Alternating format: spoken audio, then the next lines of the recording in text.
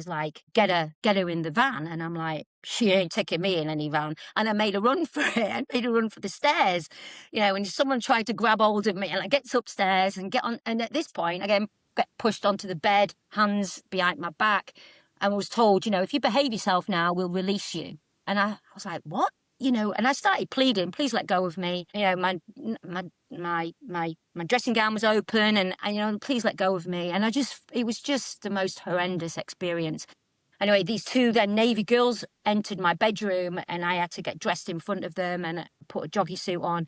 Bear in mind, I'd not been to the toilet, not brushed my teeth, not done anything at that point. And literally I was frog marched out of my house, put into a van. I asked where we were going. He said, you'll find out when you get there. I asked for a Met policeman to be present. Said it won't make any difference. I asked to see a warrant. They said, you'll see that when you get there, of which still to this day I've not seen a warrant. SAS men jumped back onto the balcony and stormed. After 6 days and almost 11 hours exactly, the siege is over. Rachel Webster, welcome to the podcast. Thank you very much for inviting me. Very honoured. I don't know if you should be honoured. Well, I've seen some of your previous guests, and I feel I am pretty honoured to be invited along.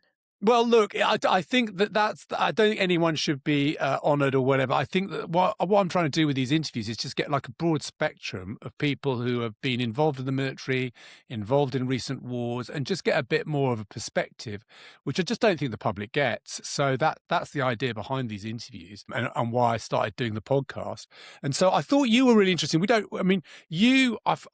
found you on social media. Look at that. You did. I think I'd started following you after you did that great interview with Stuart Tootle. Obviously, there's a connection there with Stuart and I. So I think that's how we first connected on LinkedIn. So, yeah. And then you kindly shared my story about Lawfare, which I know we're going to touch on later on. Yeah, I mean, I think that's the thing about social media. It's a double-edged sword, isn't it? Sometimes it's got some good things going on. It's got some, but definitely good to talk about to talk about your own narrative and stuff. So let's do a little. I always do a little bit of a bio of our guests. So if I talk about your sort of career, because your career really spans really all our recent wars, I'll be honest. Yeah, it does. It does rather, yeah. Yeah, you started out, and we're going to have to get into this. You started out as one of the first female welders for British Steel before joining the military. You served for 24 years. You were commissioned to a captain. You served in deployments in Northern Ireland, Bosnia, Iraq, Afghanistan. And Kosovo. And Kosovo. Don't forget that. There was that one as well. Yeah.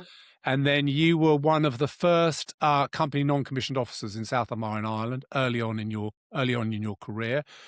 I was interested. You'd done in 2003. You did the live fire tactical training in Brecon. So it was part of prerequisite because I was on the Sandhurst journey to go and be an instructor there. So one of my colleagues was doing it, so I got put on as well. And it was very intense, and I've got fond memories of X-Range. I think for those, so for students who don't know what this is, Brecon is where the army trains it does its live fire training, which is very, very wet, full of rivers, which you wade through or lie down and try and adopt fire positions in. Lots of sheep. And it just rained a lot. And but you were one of the first women to go through the course. So that was... Yeah, it was very interesting. And I remember, I think on the final exercise, I think I must have posted about 12 grenades. I'm sure the instructors just did it for devilment. But at the end of it, obviously, we all had a drink in the sergeant's mess, and I got a pat on the back. So I was happy with that. Yeah, I mean, there you go. I mean, in a way, that all shows that you were a trailblazer in military service. So if I take you right back to the beginning, so where did you start welding? Talk to me about that. Why did you start as a welder? That's a very interesting. Well, there is a bit of a story and a bit of a thread throughout my life. I think I've been one of these girls, women, whatever, when everyone's told me anything that I can't do, I've gone off and done it. And I remember at 15, in the home economics class at school, where I was stirring some baking items together, and I looked at my friends opposite, and I'm like, is this it? Is this all we've got at 15 years of age to look forward to, because it sort of felt like you were in training to just cook, bake, and then get married, and then that was it. But fortunately for me, regardless of politics, Margaret Thatcher was on the TV with her shouting around women can do anything in the workplace. So me and another couple of the girls literally put our spoons and our sieves down and walked across into the engineering class and demanded that we could be part of that class. And we did. And during the year, we had to make a series of projects.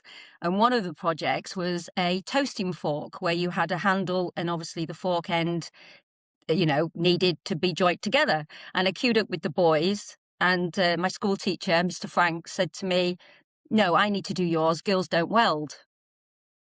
I went, "Oh, really?" And it was as simple as that comment. And then a couple of weeks later, British Steel came round to the school to promote apprenticeships. And I recall putting my hand up saying, "Can girls apply?" And they went, "Yes." And I applied, and I was one of a cohort of 170 young apprenticeships. I was the only female.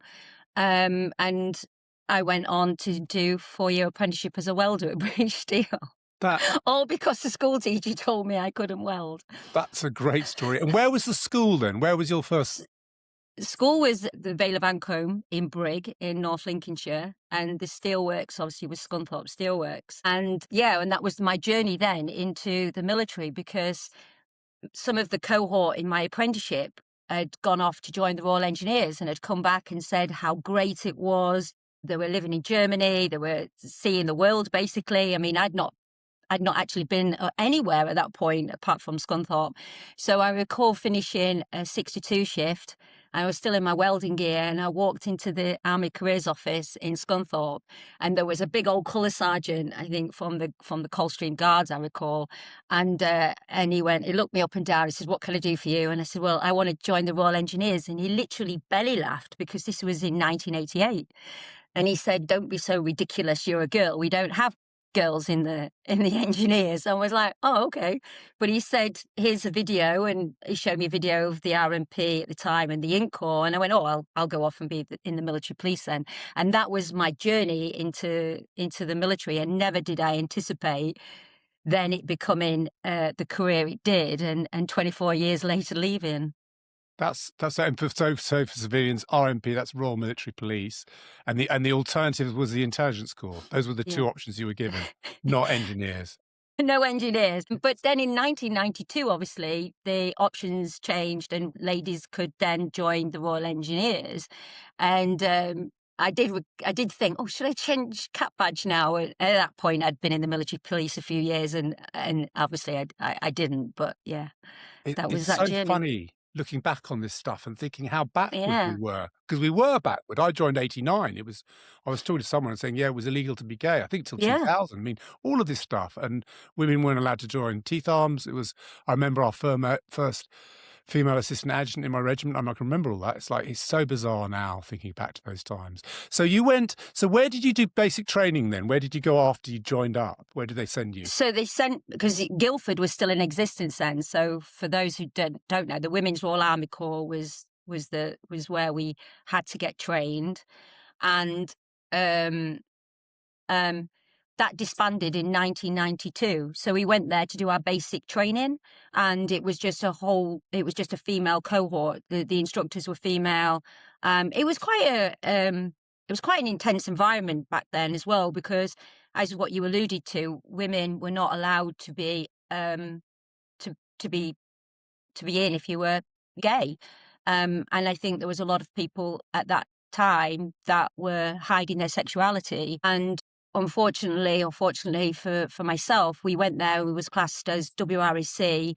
They knew we were heading off to the military police depot, and ultimately we would be the investigators. So it was difficult at times during that basic training, because we seemed to be, dare I say, not picked on, but we was identified as being military police, and it seemed a little bit uncomfortable. And then unfortunately, when I did finish my basic training and went off to Chichester and ultimately Germany, I did find myself investigating women who had who were gay and ultimately would then be discharged from the military. So it's very sad Yeah. times, really, when you think about it. And it's not that long ago. No, it's really sad, and it's very strange. I have a good friend who was gay. He didn't actually tell anyone. He rang me up after he left and said, "Tom, I've got something to tell you. I'm gay." I said, "I don't think that's news to me, mate." Anyway, but you're right. People had to hide it. And then, Yeah. but just talk about, so I mean, women in the army and then joining the RMP. So Royal Military Police, you go to Germany. That's your first one, but then you get posted to Ireland. So how did that work?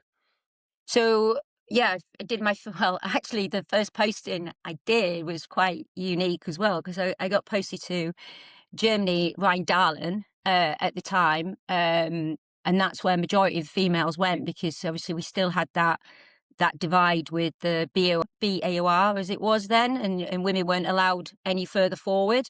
So you had a lot of females in the Rhein-Dahlen JHQ area, joint General headquarters there. headquarters. So it's British Army on the Rhine, which was the front line, which was where the tanks and stuff were. Yeah. And you weren't, because you're a woman. You were kept back at the Yeah. headquarters end of Germany. Yeah.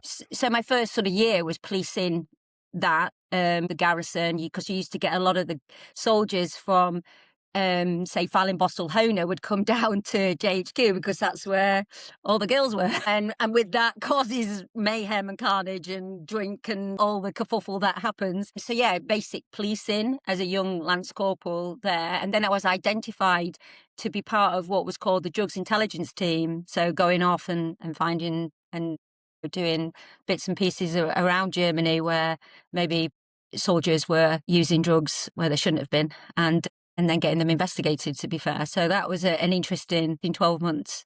And then off I went to Northern Ireland, to Armagh. Royal Military Police, not the most popular outfit in the world, in the British Army, which is something I think people don't realise, because you're ultimately responsible for busting drunk soldiers, stopping them from misbehaving and getting into the women's block, and catching them when they're taking or smuggling drugs. I mean, I've seen all the above. Really? I've seen all the above. I had 2 soldiers busted with a ton of ecstasy in the German border, and then we used to have to go and pick our soldiers up regularly from nightclubs as orderly officers, handed over by people like yourself. Go, could you take these men away? They're drunk far too much booze. Yeah, wow. I know. So that's a baptism of fire. It was different. But going back, the sort of 4 years I had as an apprentice at the steelworks with these big hand steel men, platers and welders, set me in good stead for being able to calm fights down with soldiers in a way, because I wasn't afraid of getting in the mix. And then inevitably, I don't think I ever got actually hit by a soldier, if I'm honest. I was able to get in and there and calm it down. But then the rules changed and we weren't allowed to give the soldiers a lift back in the police car and leave them with the guard room. We then had to start doing things properly. Yeah. Paperwork and things like that. In many ways, it was easier to leave them in the guard room, and then they'd sober up. Yeah. So you did that. So that was your first tour. Well, deployment. Go to Germany, and then you went over to Ireland. Who was that? Was that RMP again? Yes. So up until 2003, I was posted throughout to Royal Military Police places, locations. So my second posting, which I really, really, I think made me realise actually I want to make a career of it, was when I got posted to Armagh. I was in what was called the Recognition Information Section, we was in charge of pulling together montages, distillery montages and things like that of known people in the province. And yeah, it was a really interesting job, doing video editing of key personalities, let's say, and making, working with the SF community quite a lot in that first 12 months, which was interesting. And then I was as you do, the guys who were doing things that I'd found out about, like a Conco. I didn't know what a continuity NCO was. And I thought, that sounds really interesting. I want to have a go at that. And it was like, girls can't do that. So I remember going into the mess, because we had a mess there, which was sort of an all ranks mess. And the OC at the time was in there. And I remember I've had a few too many beers maybe. And I sort of went up to him and said, can I be a Conco? And anyway, he could not give me an answer why I couldn't do it, because I was fit. I could run as fast, everything. Plus I'd been working in the rest sort of information cell. So I knew all the key personalities in certain areas. And he went, well, yeah, okay. I remember getting a call to see the RSM on the Monday morning. And he went, well, off you go, get your bags packed, you're off to Ottnacloy. And that, that was it. I was then the continuity NCO at Ottnacloy for nearly 12 months, which was a great opportunity, if I'm honest. Yeah. So that was OC officer commanding. That was the guy in charge, and the RSM's a regimental sergeant major. Who's pretty. Yeah. So you did that sort of intelligence identification stuff where you're producing photographs, videos. SF is special forces, so you're handing that over to the guys to look at that. It's all coming up in the news, all this, because of the repeal of the Northern Ireland Legacy Act. Yeah. We have to do something at some point on the podcast about all this, because I don't think people know. But South Armagh basically was the bandit territory in terms of that. There was a sniper. Was a sniper operating then? I think he was. Crossmaglen, yeah. Crossmaglen, Down in Crossmaglen. Yeah. So I mean, there was a lot going on there at that time. And then what was the second job you did? So you went over to talk about this next bit. So a continuity NCO was basically a NCO that would be at that location for an extended period of time. So when a rulement battalion used to come in, i.e. for a 6-month tour, you would have somebody like me who would be able to give them a full orientation of the ground, to be able to tell them about the key personalities, where key personality lived, who they were associated with, and the area of operation. And then we would go out on patrol with them, and then be able to be sort of like that liaison between basically the RUC that was there at the time, and just act as, like I say, continuity of that area, and to support them, especially in the first few weeks. I mean, I think just to explain that. So what happens in counterinsurgency operations, and Northern Ireland was counterinsurgency, is that the active service units rotate quite quickly, 6 months for an unaccompanied tour, which means you don't have much continuity. So when a new unit comes in, it doesn't really know what's going on the ground. I don't know if they had them in Afghanistan, actually. I don't know if that was the same in Afghan, if they had crossover continuity. But your job was to go, okay, you guys have just arrived.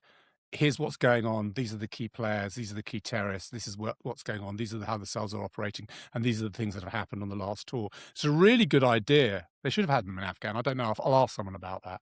They should have had them in Iraq.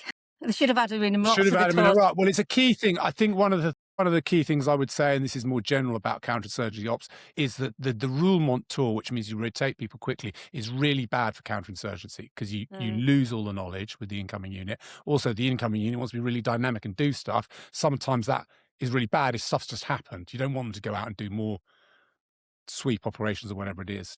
Yeah. Anyway, that's a different subject. That's a big subject. So yeah, so you did that, and then Bosnia comes up. So you did go to Bosnia. When was that?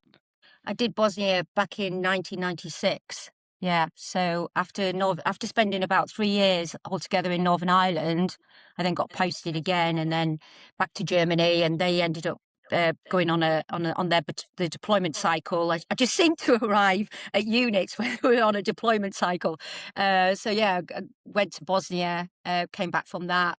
And where did you go in Bosnia? So first 3 months was Kupres, and then Banja Luka Metal Factory. But in between that, I ended up a little bit of a stint at what was called the pig factory as well, which wasn't very pleasant. So yeah, that was an interesting 6 months.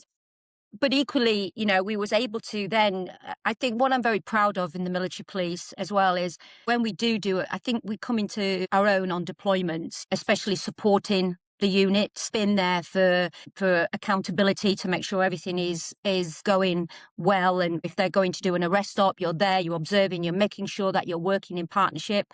And I think then that's when we're not seen so much as the enemy, which you can be when you're just doing your normal policing role. And then also doing a lot of the hearts and minds activities I got involved in when I was in Bosnia, helping with the, sort of the orphanages and some of the elderly, trying to get initial support for them. And yeah, it was a good tour. It was hard work, but it was good.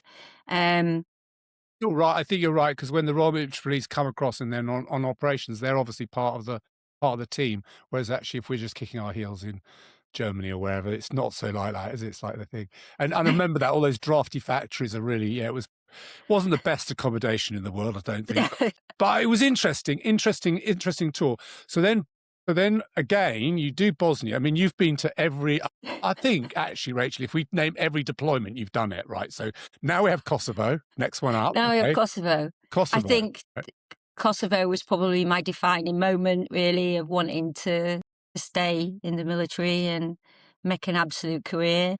It had a big impact on me.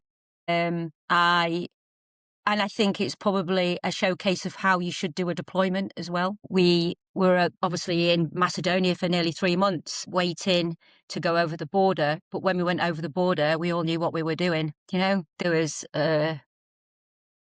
like the police stations, we knew where we were going to be located. There was a temporary magistrates court. There was temporary custody cells, prisons. There was just everything that you know is happening on that stabilisation phase. It was ticked and it ran well. And it was a hard 3 months when we got over that border, but we all knew. And I'm not just saying the military police. I mean, I was then, when I went over the border into Kosovo, I was assigned to go to a place called Obelich, and I was embedded with the Green Howards for 3 months. And again, talking about what we said then earlier, I was there as their accountability. I went out on all the arrest stops. I made sure that everything was done appropriately. Every person that walked into that Kupres police station, you know, I logged everything from a house fire to, you know, a theft of a cow to a goat to everything, you know, and dealt with multiple rape cases.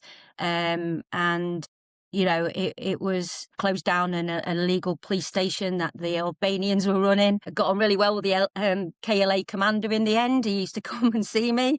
I was known as the sheriff of the village, but it was probably the most rewarding deployment I'd been on. You know, being able to help the victims of the atrocities that had been committed. Emotionally, it took it out of me. When I came back, good old Manning on Records sent me straight to Northern Ireland again. Wow. But unlike... Yeah, we'll pause there on the Kosovo thing, because I think people probably know Bosnia was the civil war, so it was the Muslims and Serbs fighting, but then that spilt over into Kosovo. So talk a bit, so when you explain what you were doing when you went across the border into Kosovo, because people probably don't know loads about it. It's quite a while back. So for those who don't know anything about the conflict, it's the Serbians against the Albanians. It was ethnic cleansing. There was, I personally have never seen such atrocities that had been committed against another human. Some of the things that we saw, particularly like the mass graves and things like that, were just, you just didn't realize what had happened. I know some of it had been reported on through the media, but until we got over that border, you know, remember we'd been in Macedonia for nearly 3 months. We were pretty much, although we were getting briefings of what was going on, we didn't have the Sky News and things like that to watch and to update us on of what was going on. So probably the public actually saw more of the atrocities that was developing than what we would sat in Macedonia. And I definitely had my eyes wide open when I hit Obelich. I never anticipated seeing the things that I saw from, I think, altogether in that small community, the house fires, the crimes against individuals, women raped, women murdered. It was shocking, really. And, you know, it was a community that had lived and were happy together. You know, the neighbours were Albanian, the neighbour was Serbian, then all of a sudden they're now enemies. And it was a hard few weeks to bring that community back together again. And we did that, you know. I made a little committee up with like the head of the Albanians and the head of the Serbians to come together and you know, show unity, because I remember when the peace process was put on paper that, again, we couldn't be seen as a force to be oosting out the rest of the Serbian community. You know, we had to try and make that balance. And let's be fair, not all of them was bad. The ones that fled across the border were the ones that had been doing the crimes. And yeah, it was hard. And I've recently connected with some of the Green Howards as a result of recent posts with the Lawfare. who reminded me of some of the, the events that we went to. People probably still suffering. You're seeing. I remember people coming into the police station saying that there's a grave around the corner, and like, how do you know that? And eventually, after a few weeks of being there, you could smell it. You could smell things. And I think when I came back, certain things would trigger it, and I could still smell that death. To discover, graves where there was young girls buried, it was just terrible. Yeah, I mean, I think I had Billy Billingham and me on the same team in Bosnia, and same experience. Yeah, it was awful. And as I said to Billy, we weren't prepared for that. We No, didn't know. It's one thing to be trained to fight a war; it's quite another to. And why do you think the British were good? Why do you think that deployment was good? Were we well prepared? Maybe we'd learned from Bosnia. What do you think was the reason? General Jackson, probably.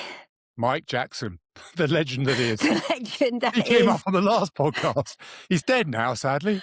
I know. I have a nice story about him, actually. Everyone's got a story about him. What's your story about Mike Jackson? Go on, tell me. Well, the wokes probably listening probably wouldn't think it's great. I remember going to a boxing match where he was a guest, and I had my black cocktail dress on, and he came up to me and said, "You're a damn fine filly." And actually, I took that as a bit of a compliment. I did say to him, "It's a good job you are General Jackson, because anybody else would have got a left hook."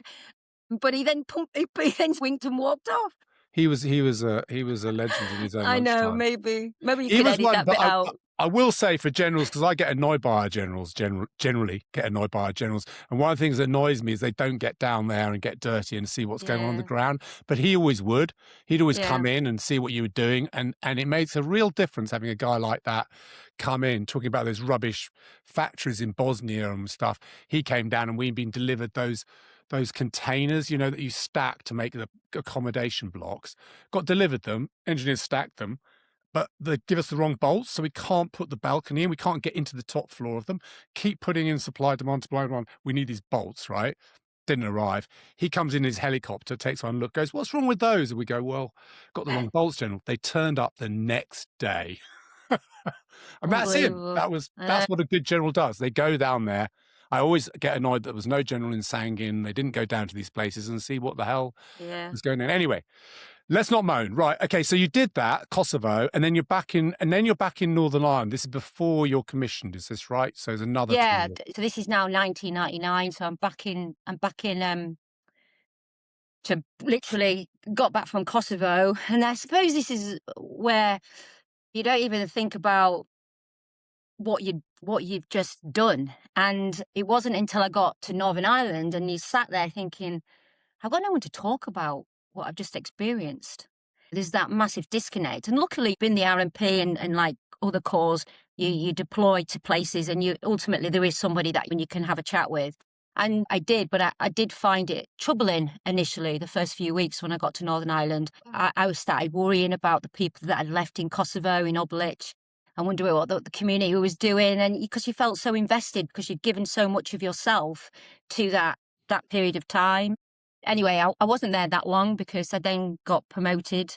I came off the board and left as a sergeant, and then I went back to Germany. Then that's when I was identified to go to Sandhurst as a potential instructor, and started those courses. As everybody knows, who's probably one of your listeners who's been there. It's nearly a year-long sort of commitment because of all the courses that you have to do. And then fast forward a little bit, we got told that Iraq was happening, and I deployed to Iraq.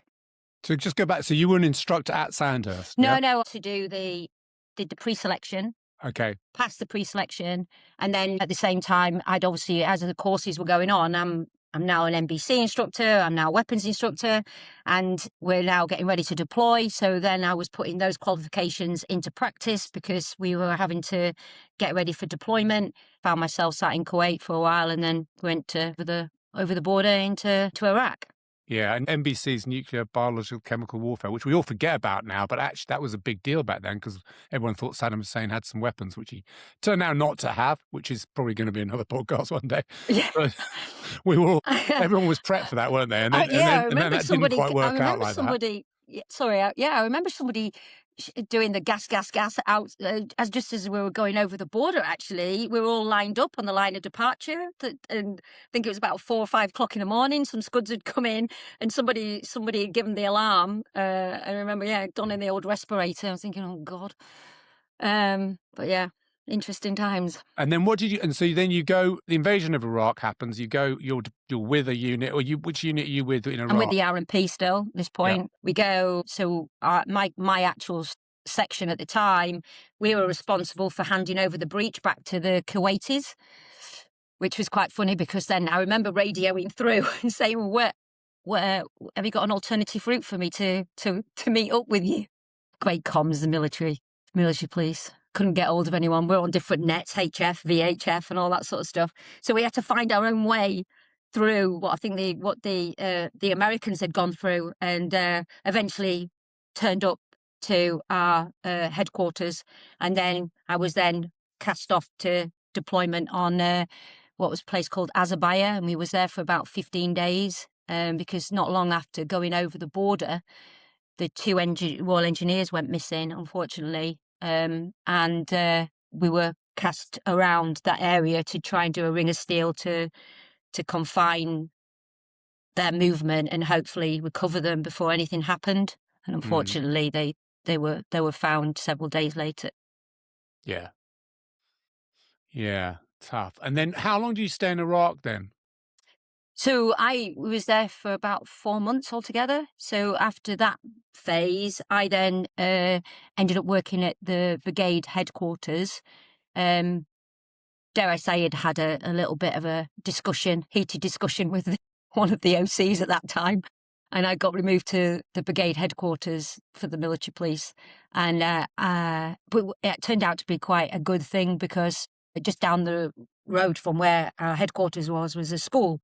And I helped renovate that school, and my welding came into use.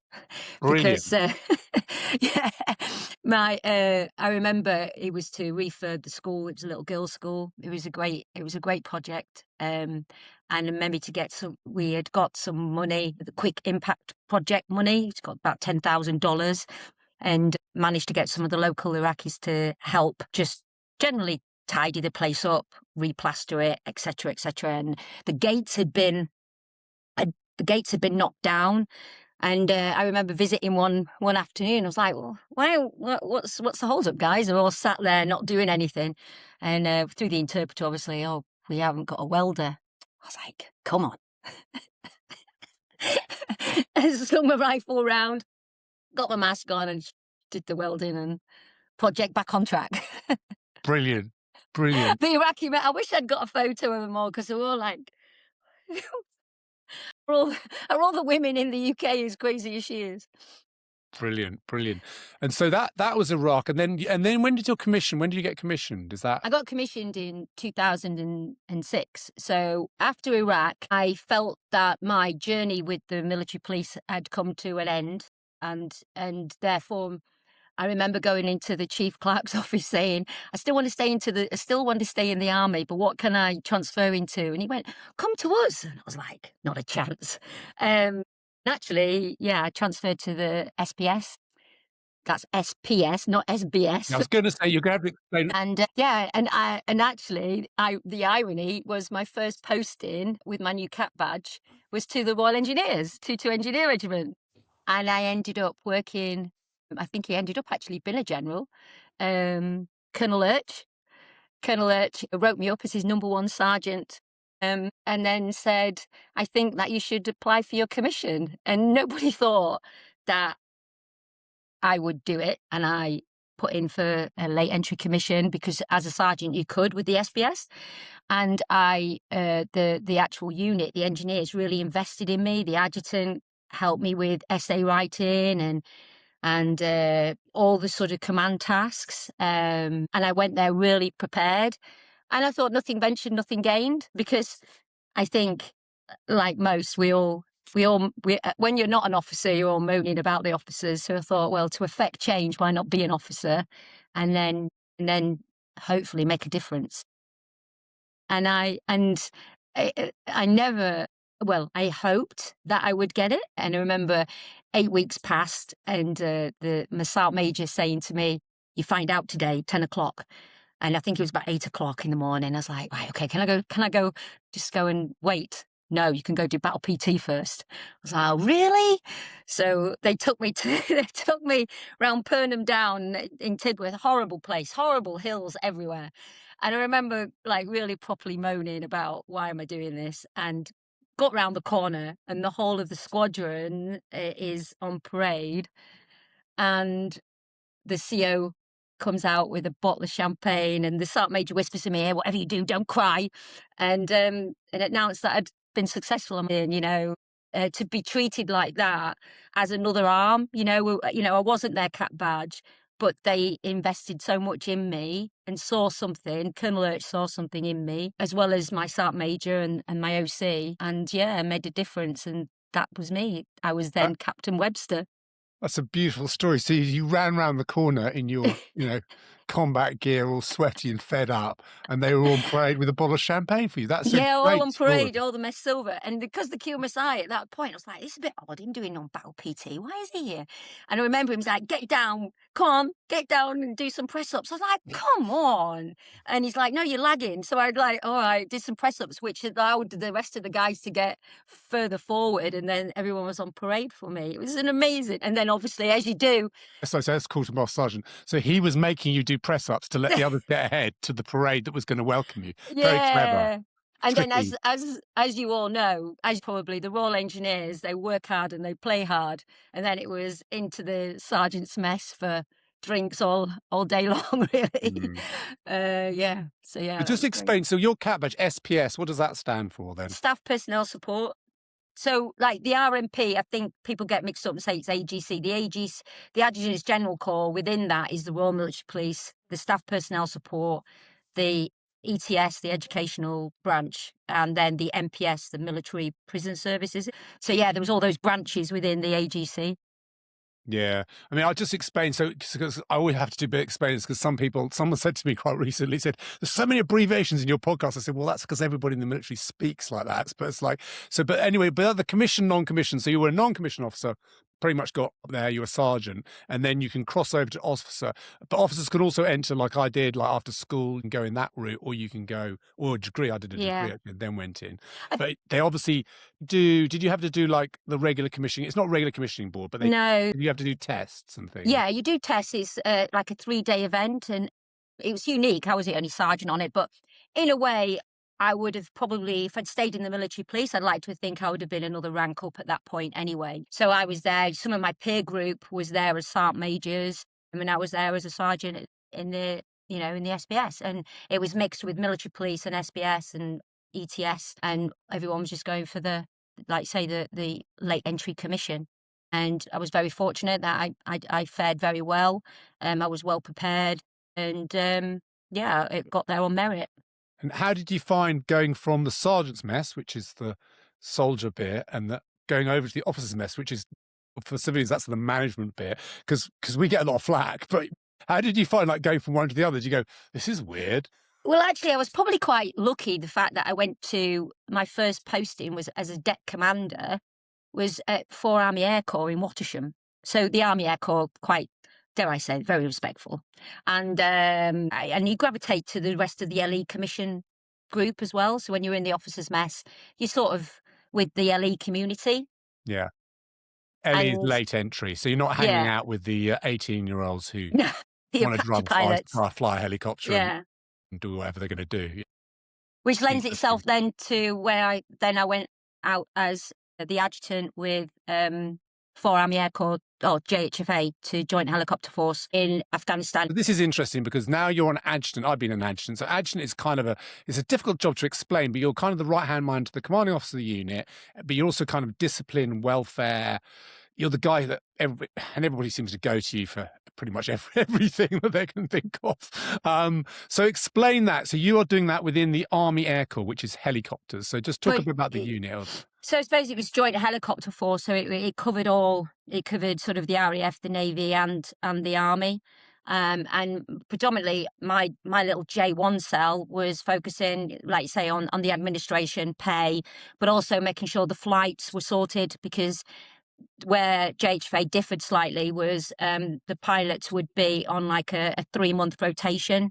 So there was a constant churn of individuals coming in and out of theatre, given the nature of their work. And I think at that time, the Apache had only just started been embedded into the battle groups as well. In the 2000, I can't remember the actual date that it landed, but yeah. So it was a very busy place. Lots of the dignitaries, VIPs, wanted to come to JHFA to have a look at the Apache. And yeah, I was in charge of that as well. So, and then, yeah, it was difficult. I found working with some of the other arms, the Navy, particularly challenging at times. And I had some sort of challenging moments whilst I was there. And then I ended up coming back to Wattisham, and then I was subsequently posted to the Rifles. And that's when I asked to go to the Rifles, to be fair. I wanted to go to an infantry unit that was deploying and to Afghanistan. I thought that would be the sort of, as a regimental admin officer then, that would probably be the most testing and most demanding role I could do. And also to sort of, we know how important J1 is on a deployment such as Afghanistan with the infantry, particularly. We've got to get the admin right. And if the inevitable does happen, to make sure that the right information is held on that individual, they've got the right insurances, the right cover in order to support their families if needed. Yeah, I mean, again, for a civilian audience, there's different branches within the military, and they're numbered like that. And the G1, it's like, so that is, how would you explain that role? So G3 is ops, so that's operations, like you're going out there shooting stuff generally, or trying to sort stuff out. But your role is also welfare there. So Yeah. you are over, basically there's a lot of casualties at that point. Yeah, a lot of casualties. Yeah. And I think coming from the ranks, knowing and been in the deployments that I've been at, and you've seen, individuals getting injured or killed, the importance of having that information correct. And I think I'd heard during my regimental admin officers course that there'd been, especially at the height of 2007, 2008, where unfortunately some soldiers that had been killed, that their information had been correctly reported to the wrong family member or an estranged wife, for example, and not having the right insurance is to support their family needs. So yeah, and also that then had its own challenges within the battalion, because you've got the ops focusing on ops, and that's the scheduled time.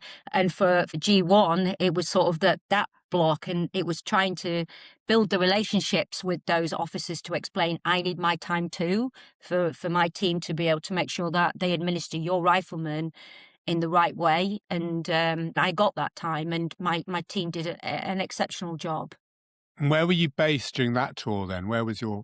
In Bastion, but I used to go out onto all the PBs, patrol bases to visit not only my soldiers that were on the front line going out on patrols, but also to welfare checks, particularly like the Gurkhas. They liked to buy fresh and therefore wanted cash.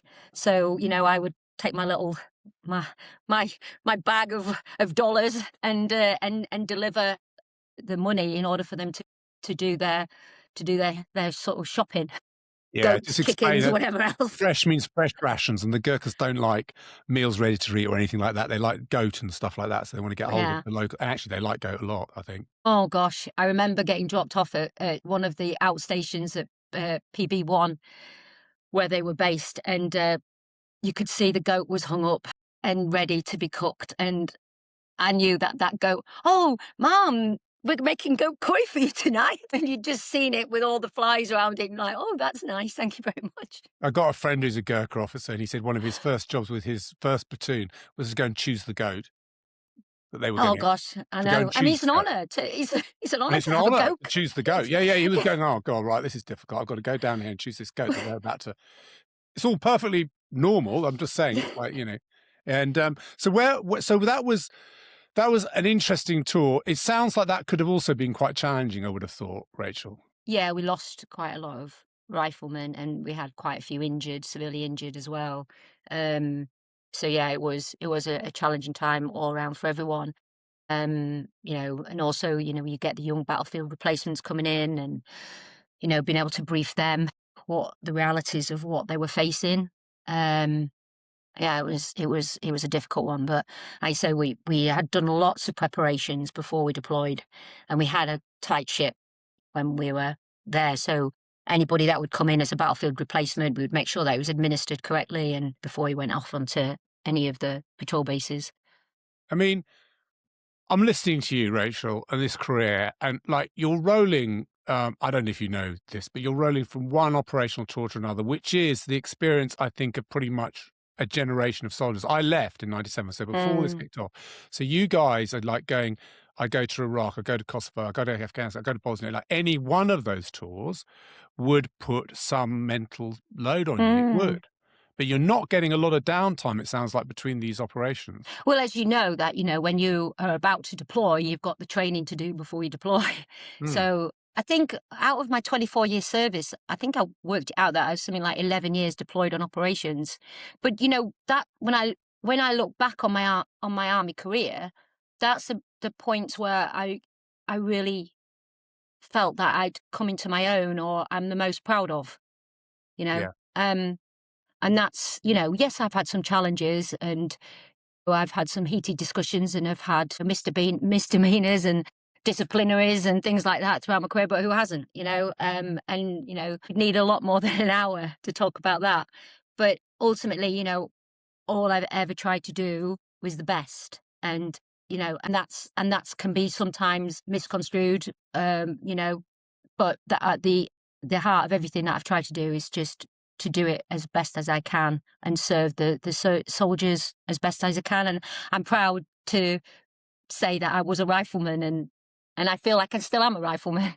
Yeah, I mean, I think you're just like a lot of people where it sounds like you speak your mind a bit, probably don't follow the rules all the time. And guess what? In an organization, any big organization, you're going to occasionally fall foul. I've been there a few times myself. But anyway, won't talk about all those ones, but like it's going to happen. So then Afghanistan again, and then let's talk about the run into you. So then you're going to leave. Would you decided to leave? Why did you decide to leave the army? Well, I was on a short service commission because I commissioned as a sergeant, and the rules were slightly different. And so I'd done 24-year service, and I was just turned 42, 43. I thought it's right time for me to go anyway. I'd never anticipated to do more than 22, so I actually got an extra 2 years from getting my commission. And I'd done a charity event with the riflemen at Canary Wharf about probably a year before this, collecting money for the soldiers' charity. And I remember going there and thinking, wow, what a place, the energy, remember seeing the ladies cutting around in the smart dresses, high heels, handbags. I was like, gosh, this is an amazing place. I had it in my head, I'm gonna work there. This is what I want to do when I leave. Don't know what I'm gonna do, but I'll work here. And then obviously there was me and another officer. I think we were leaving around the same time from the rifles, and we went on our resettlement journey.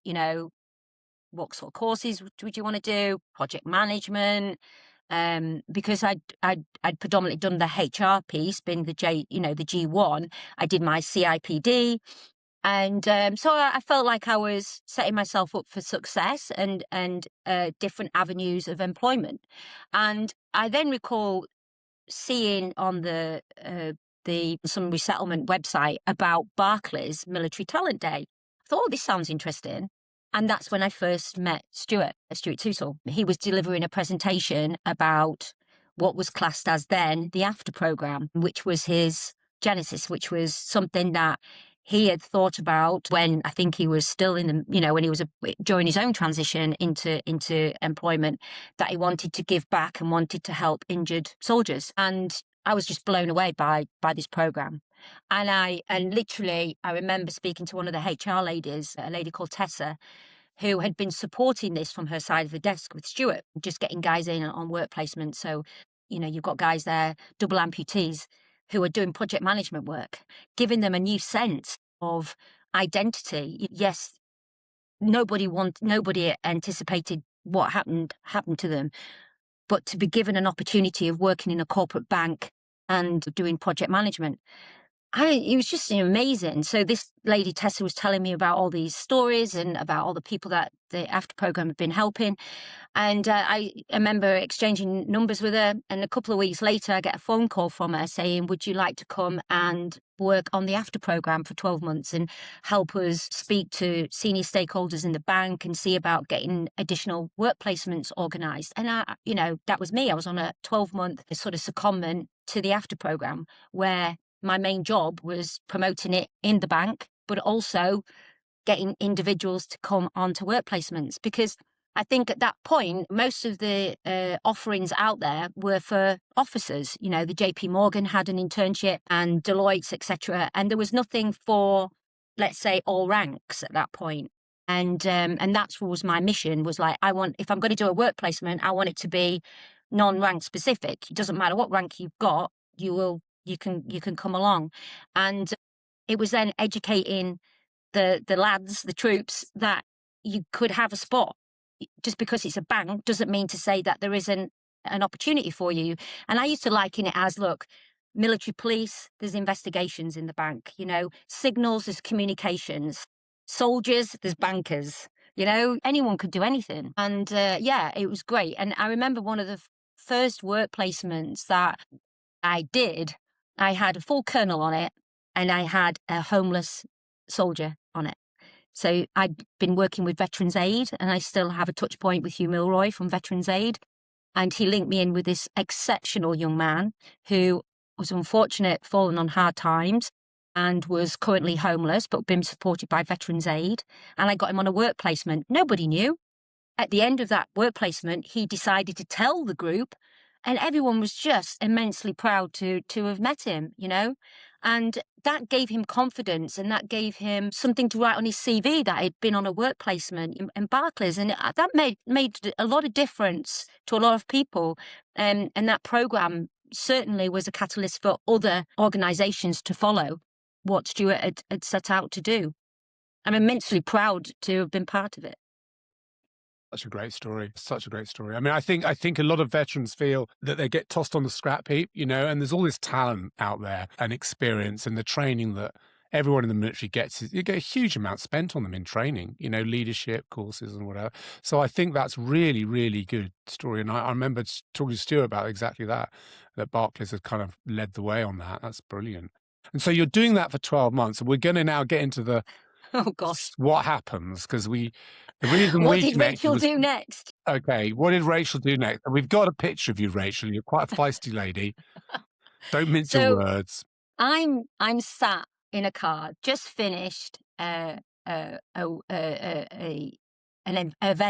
a CTP event, a Careers Transitional Progress Partnership event, and I'm with a gentleman called Ken Bellringer. Top guy. Again, he was injured. He was ATO, and he'd been on a work placement. And me and him are sat in there, sort of high-fiving ourselves, how great that had gone and how many people we'd engaged with during this event.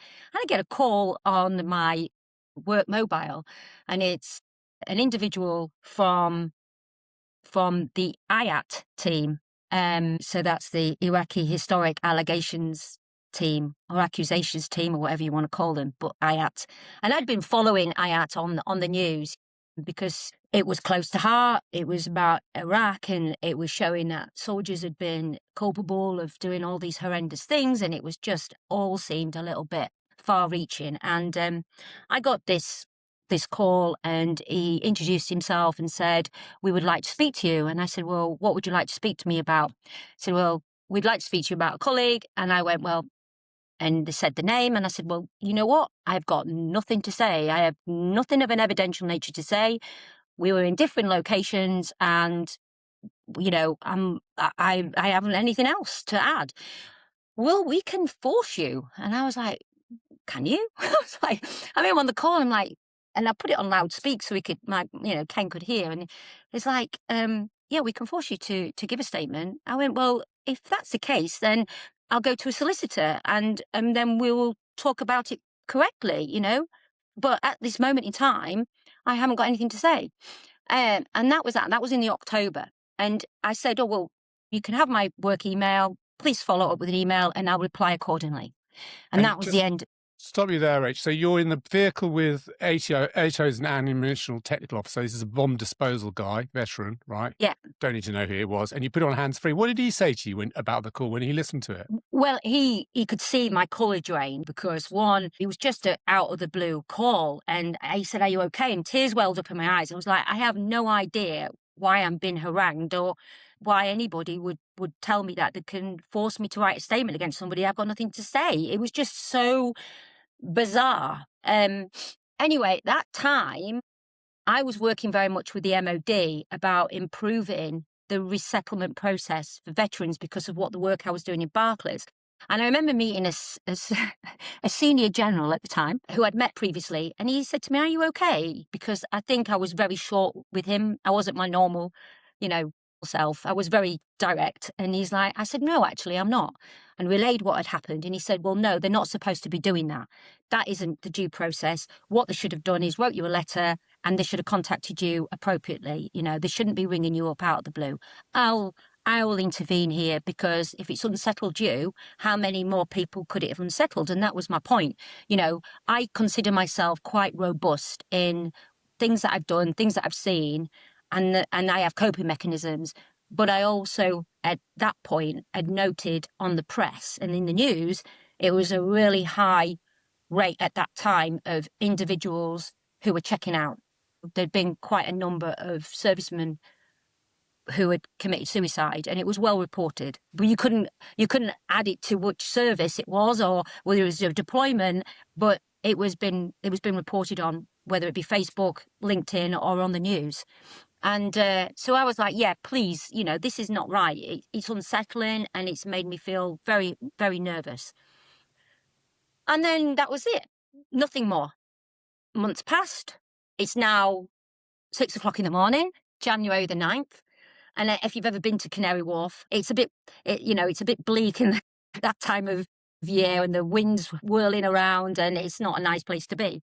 And I was just debating whether to go for a run because I still, as we all do, leave the military, you still want to keep fit and be healthy. And I was like, 6 o'clock alarm gone. And then I just heard this bang. I was like, whew, what's that? It's like, I thought it was a bin had gone blown over or something.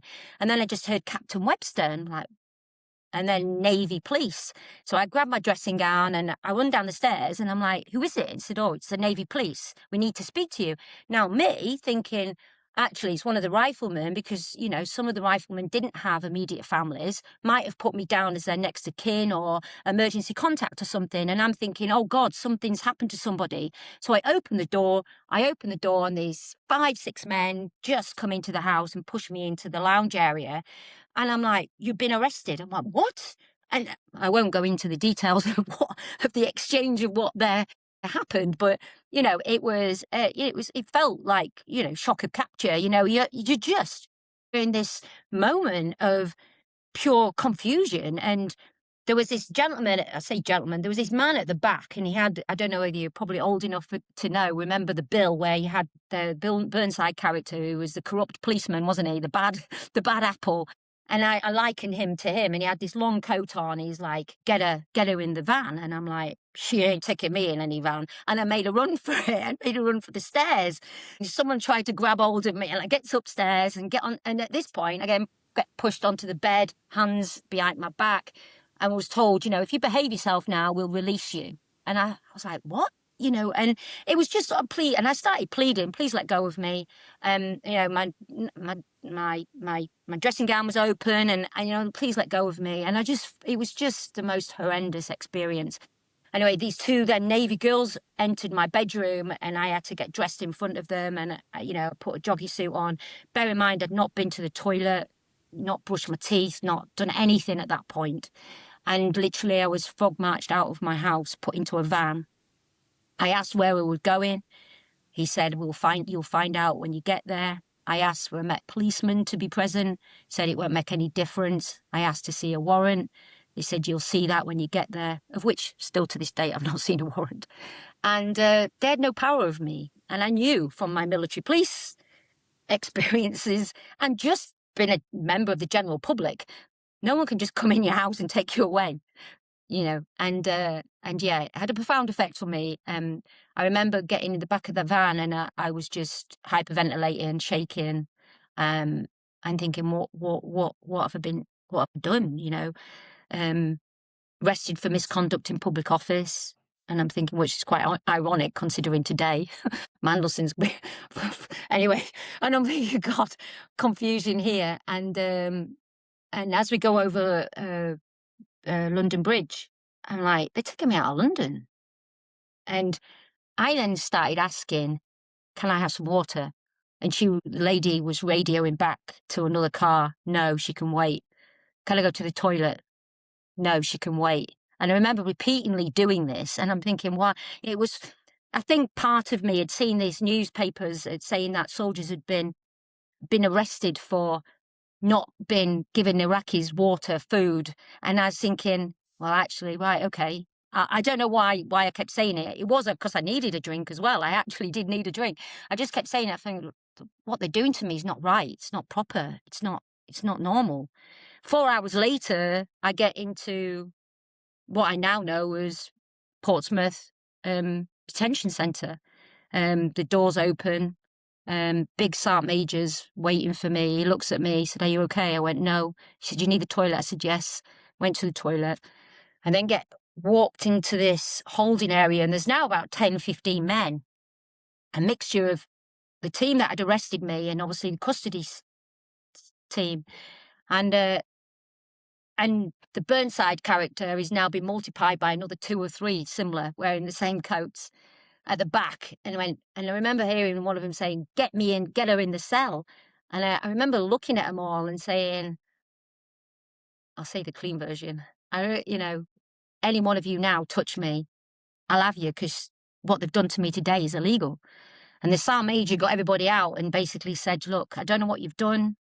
I was pretty much told to process you, because obviously I'm not in the military, so I don't belong in a military custody cell or detention centre.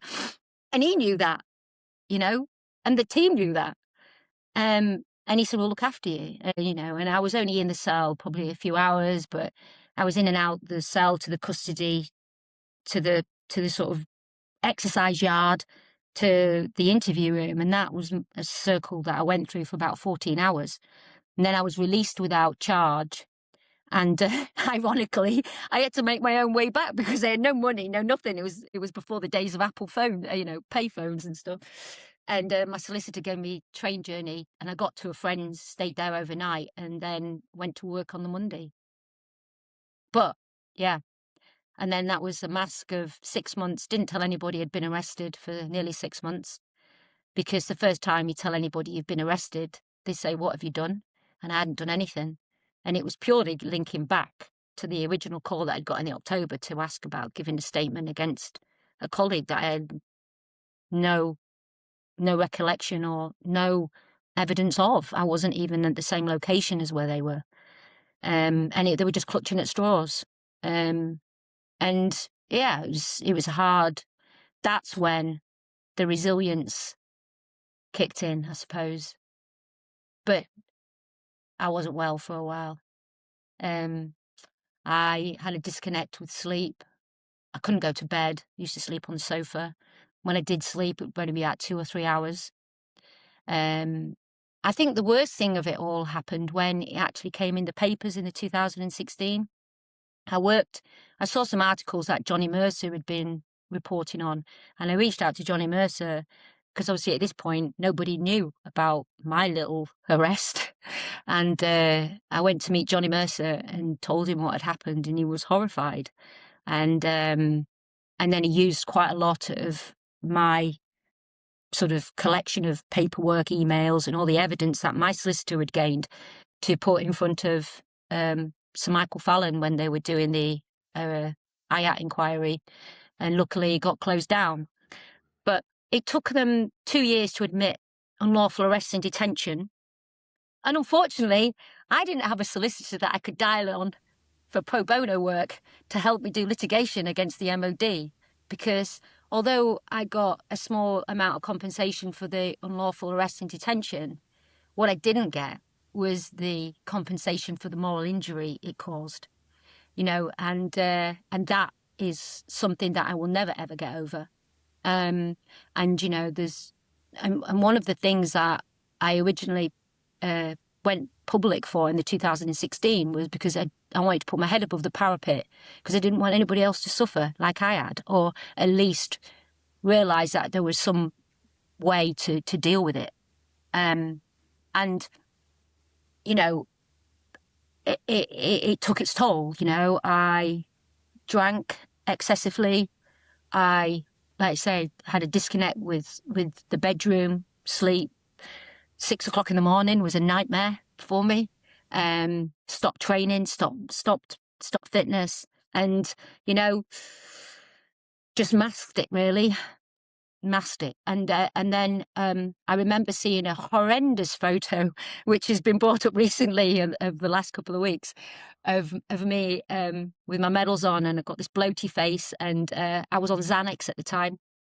And I realised to myself, right, Rachel, you need to change your lifestyle, otherwise you are going to burn yourself out, or you're not going to be here. And that's when I went on a journey of fitness and health and detox, really. And I literally just cleansed myself for nearly 3 months. And then started doing crazy things like marathons and back-to-back marathons for the Soldiers Charity, and running 110 kilometers for SAFA, and just finding a purpose, really.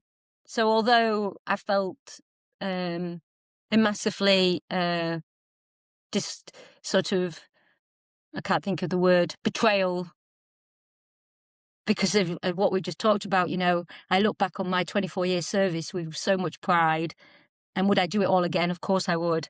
And the amazing people that I've met.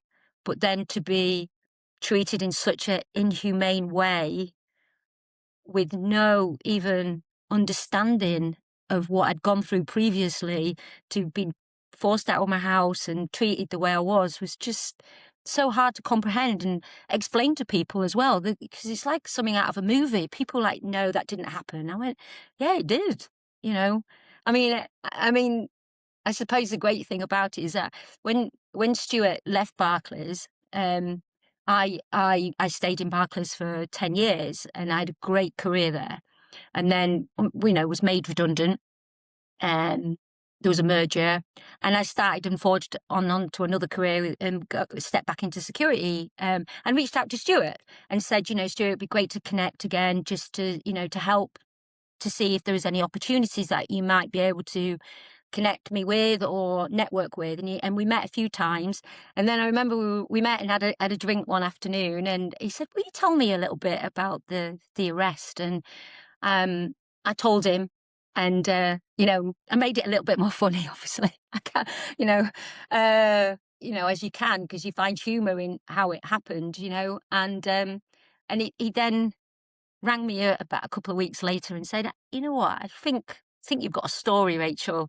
And that's when I started thinking, it is quite a powerful story to share about, not just, it's not about woe is me or anything. It's to show, resilience, and where you come from, and the values that make you can help you when you are faced with trauma. And I always remember my great grandma saying to me, truth always prevails, Rachel.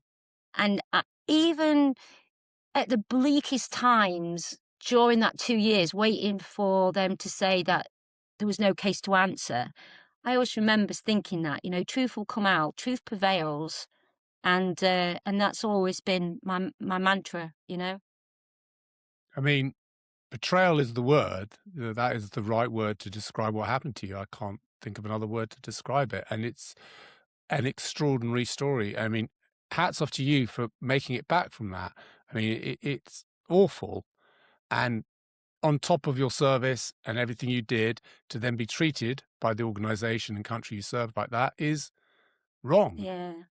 Did they ever? So when you went to Portsmouth, did you get a solicitor at that point? Was there a Yeah. solicitor present Yeah, to he was interrogate? an ex RMP SIB warrant officer that I knew, who was based in Salisbury, and I remember ringing him up, and because at that point when Burnside tapped me on the shoulder when I was in the custody cell, he said, I said, just get me a duty solicitor, I want to get this over with, and he tapped me on the cell, he went, good girl, just process, you know that, we didn't mean anything from it. And I thought, and then that comment alone just went, all right then. And no, just I looked at him, went, no, cancel that, I'll get my own solicitor. I thought, you Yeah. individual, I you mean, I know, think one of the things, because your story is being echoed now, it's being repeated all around the place. I think we've yeah, got 200 people in the Haddon Cave inquiry. And one of the things, when you're in the military, you don't get taught. I mean, I don't know what, when you're arrested, you get taught what to do, what yeah. rights they have. And you're a civilian, so there's no military law no longer applies to you, as far as I know. No, none. None at all. And that's why when we went through well, at one point I had a solicitor that was helping me do a little bit of pro bono work for me. But it was just going to be too expensive for him, his time, to go against the institution of the MOD. But when we got some of the papers, they were all redacted. There was no, you got these, there was just nothing. You couldn't make out anything. It was just all lines All blanked black. out. All Yeah, all black, black. and You can't all see. black. And then I got my own little whistleblower who rang me up, wouldn't give me his name, telling me, by the way, your case file's getting shredded. And they knew that what they did was wrong. And I think I'm sure if you look and investigate Red Snapper at that time, majority of the ex-policemen were the ex-type CID, old school bully boys, give you a knock on the door, ruffle you up a bit. Because that happened. No one can say that never happened because it's well reported on. That's how they used to perform. Um, and then I think they must have just seen my name connected to this individual and gone, I tell you what, let's go knock on a door and ruffle her up a bit. And I don't think they counted on me. They don't count on what I'd done. They didn't count on some of the courses that I'd done previously in my career. And they didn't count on my values, and I knew it was wrong. And I'm like, no, I am going to fight you tooth and nail. And I haven't done anything wrong, and I do not deserve to have been humiliated the way I have. I say I'm extremely, extremely proud of my military service. I know, and to support the SF community on the small deployments that I have done, and to support the infantry guys and all that, and be part of it, I'm proud of that. I'm not a teeth arm, I'm not bombs and bullets, but I have been there and been instrumental in helping people do their jobs effectively. And we're all one team at the end of the day. We are all one team. Well, I mean, it's just the whole, because I'm hearing this from other people now. It's extraordinary what's going on. I do not understand the legal basis for what happened to you and what's happened to the guys now. No. What's going to happen when they repeal the Northern Ireland Legacy Act, which is going to be a Oh, repeat of this all over again. We're going to get 70-year-olds dragged in, and this is going to happen to them. Somebody needs to do something, Rachel. yeah. When you were taken in, did they read you? Did you get a feeling of what they were trying to get out of you? Or was it just a hearsay thing where they said, oh, yeah, she's somehow linked to this guy. He might have Yeah. done something wrong. Yeah, they just wanted me to talk ill of someone. And like my solicitor said, it's no comment, Rach, and it's a ruse. This is an illegal interview. This is a ruse. You got her out of bed at 6 o'clock in the morning. There was no need to treat her the way you've treated her. You could have asked her to attend an interview. It was not right. And equally, like I say, why I initially went to the public in the 2016 with it was because, again, it was at that height of where the investigations were being shown on the TV. You had a lot of servicemen was checking out, and I'm like, you know what? None of us condone poor behaviour, illegal activities. But what you don't do is knock an orchard down to get a few bad apples. And that's what I felt that they did with me. And then obviously these past couple of weeks, you know, when you find out, you know, you're back in the spotlight for, I think, the right reasons this time, because I can be the voice of the community of veterans that have suffered unjustified lawfare, that it is not acceptable anymore. We need to come together and be a voice to change, that we will not allow any more politicians to decree who, what, why is going to get investigated. And we need to put a stop to it. You know, we should have an impartial, cross-party Veterans Affairs office for a start. As we've seen recently, that office has not voted in support of the against the bill, for Northern Ireland immunity. They've abstained or they've voted for it. You know, how can people in that office profess to be supporting the veteran community? So to me, either get rid of the whole office and have that office with a load of ex-generals in it, who knows, but somebody who's going to do something and stand there and support us, support those people still going through lawfare investigations from Afghanistan to Northern Ireland. It's a travesty, and you're breaking a veteran community. And I think for me, it was funny. I don't even know how it all happened, but on the 9th of January this year, it was more or less coming up to the 10th anniversary of my arrest, and I wanted to do something positive about it. I thought, you know, I've gone through that cycle of emotions, and now I'm in a really good place where I have got bandwidth to help and support people, because I know how difficult it is. You know, I had to go through counselling. You know, I had to go through that process, and thankfully I was at Barclays and I had the medical support to do that. You know, and I'm sure obviously some of the military charities are out there and they do that anyway now. But I went through that counselling, so I know how good that is and how beneficial it was for me. And I know where I need to do my checkpoints. So when I saw it all stirring up, I think it first started the week before with the Trump thing.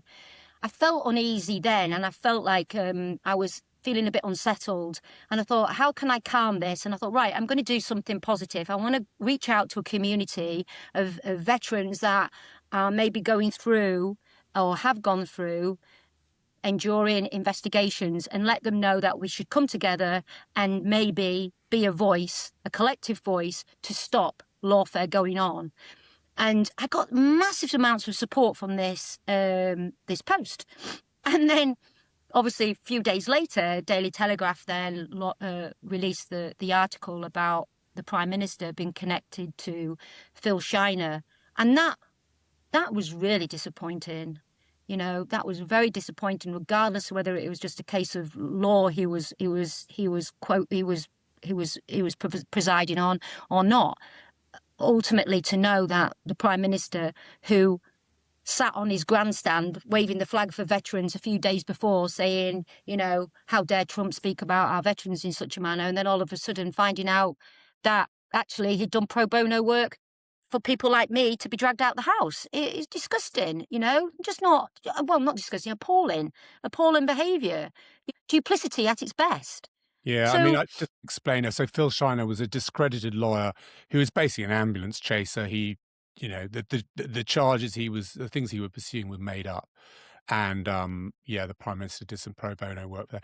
I think that one of the things you've mentioned, just tracking back a bit here, was I do not think, because the law is a very blunt weapon, it's being used, and you're right, we probably have some bad apples within the military, you know.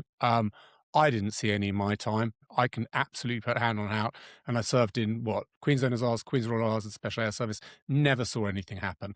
But we know it happened in Iraq. So yeah, that needs investigating. But it's a very blunt weapon. And you're talking about people who have, like yourself, been through these experiences. It is not right to treat them like this. No. And it's not regardless. Yeah, I mean, you know what? If your name has been brought forward as part of an investigation, investigate me. Investigate me, Am I guilty? Am I not guilty? Don't come at me then the second time, a third time, a fourth time, which is what's happening to some people. It's just not right. You've got to follow due process, and it's got to be in line with the law. To date, I think I'm only one of another that has been taken out their house the way I was taken out. I don't think there's nobody else. I don't know about any other women that have gone through it, any other female veterans, but you know, it's a lasting, it's a lasting, I don't know even what word to use. It's just, it will be with me forever. And as I mentioned previously to other colleagues, you know, one of the reasons for coming out and talking about lawfare on the news this week was, how many more knocks on the door am I going to get? Because as you've seen, I've done quite a lot of deployments. Northern Ireland at the time, where probably some of these cases that are now going to be reopened, I was maybe there. Who knows? And is that going to mean that I'm going to have another knock? I mean, in 2022, which I've not mentioned, my parents got a letter. I was deployed overseas. My parents got a letter, which was for me. They opened it. They'd obviously tracked me through my army pension, and my army pension correspondence always go to my parents' house, never changed it. And it basically said, you need to comply with this investigation. If you don't, you can face prison. And so my mum's ringing me in tears. I said to her, just send me a picture. So explaining to my dad how to take a picture. He took a picture of it, and thank the Lord, I had Johnny Mercer on contact still. And he squashed it, you know, straight away. And so if I'd not had that connection, that would have bubbled onto something, who knows what. But he was able to stamp that out for me. But I then started thinking, well, what if I hadn't have got him? Who else is getting those sort of letters that absolutely then goes into meltdown because they don't know where to go? And this is another reason why I think, and Hugh Milroy has just wrote a thesis type thing on this, about the Veterans Charter, for example. So I think we can all think of that the Armed Forces Covenant is no longer fit for purpose.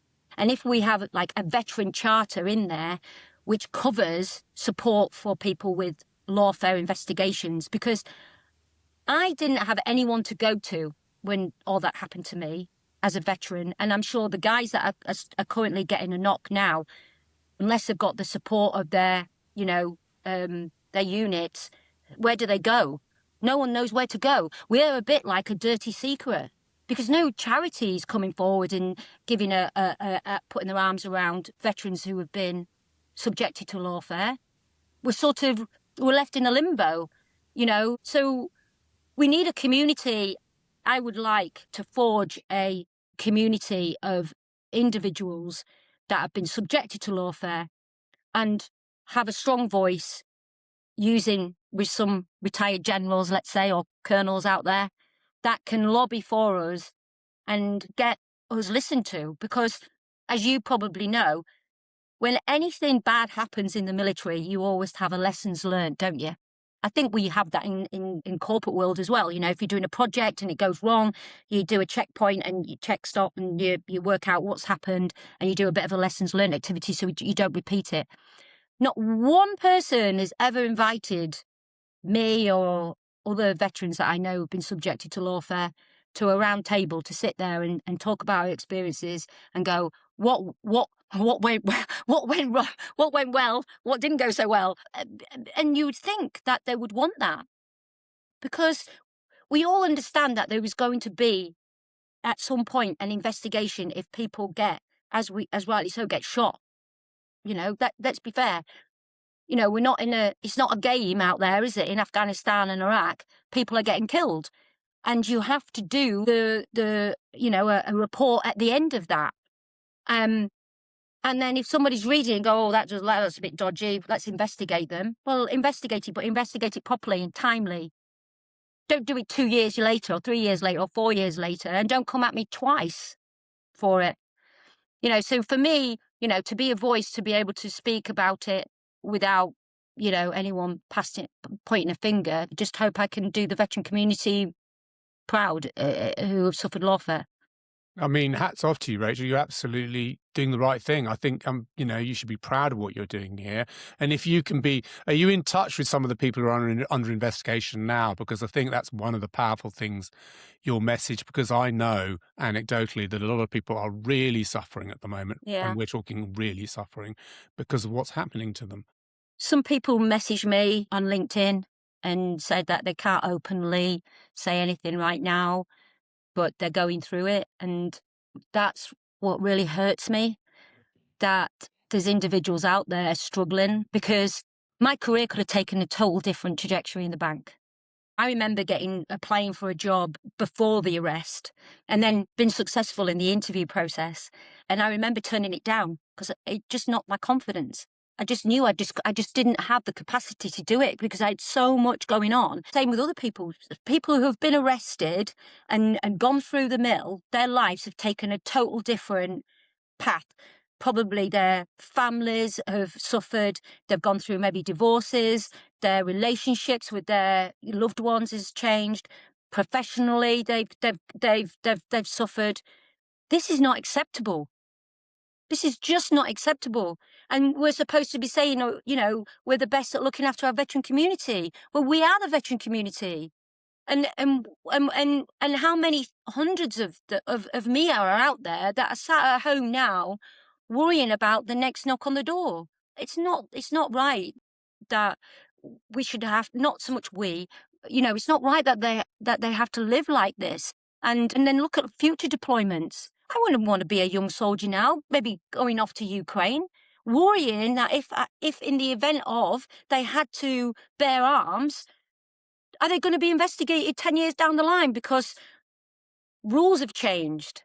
Luckily you've got a community in the SAS world that are fighting for their men, rightly so, and they're holding people to account. But it's not just the SAS, it's going to be a lot of people. Yeah. It's going to be a lot of people dragged into the island thing, I think you'll find, if that goes ahead. And it looks like that's what this government wants to push through. Rachel, this has been fantastic. I think that what you've said there will really hit home with veterans. And I think you're right. I think that the problem is there's no duty of care to people who serve their country. And that is the problem, is that if you go and serve your country, and particularly if you use lethal force, which is what ultimately a lot of this is going to be about, you did it in good faith, believing that, the government had your back, or the government of the day had your back, and now they're going to be investigated. It's a very difficult subject, and I just don't think that it's hard maybe for civilians to understand, and I'm glad you've come on and been so open here, because your description of what this is like, I think, will enlighten people. At the moment, we've had people arrested by the police for murder in front of their families, for example. They've lost their jobs. I mean, this is happening right now in Britain. Yeah. And we have a Prime Minister who doesn't seem to have hoisted this in. And the law is one thing, but the law, as I said, is a very blunt weapon, and its impact on these people is disproportionate.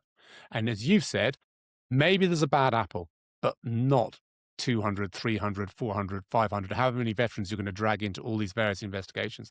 That's not happened. I know. And to do how they, to do what they did to me, when I replay that in my mind, it has a profound effect. And like say, with everything that's gone on in the past couple of weeks, I've started sitting at home thinking about it a little bit more. And thankfully, as I put a post out today, I've got my tribe. People have checked in with me. And, all I say is, for anybody who's listening to this, if they don't have a tribe, I'll be your tribe, because people need somebody to talk to who can understand it. And that's why I want to try and set up a community that knows that it's a safe place to talk. No one's going to screenshot it. No one's going to use anything. It's a community for veterans that have been subjected to prolonged lawfare investigations, whether that be from the Falklands to Iraq to Northern Ireland to Afghanistan. that's what I would like to be able to do. So if there's anybody out there listening who could help me put that platform together, then I'd gladly lead on that, because I think we need it. We need it. Rachel, that's fantastic. And that's a good note to end on. So there you go. Rachel Webster, thank you so much.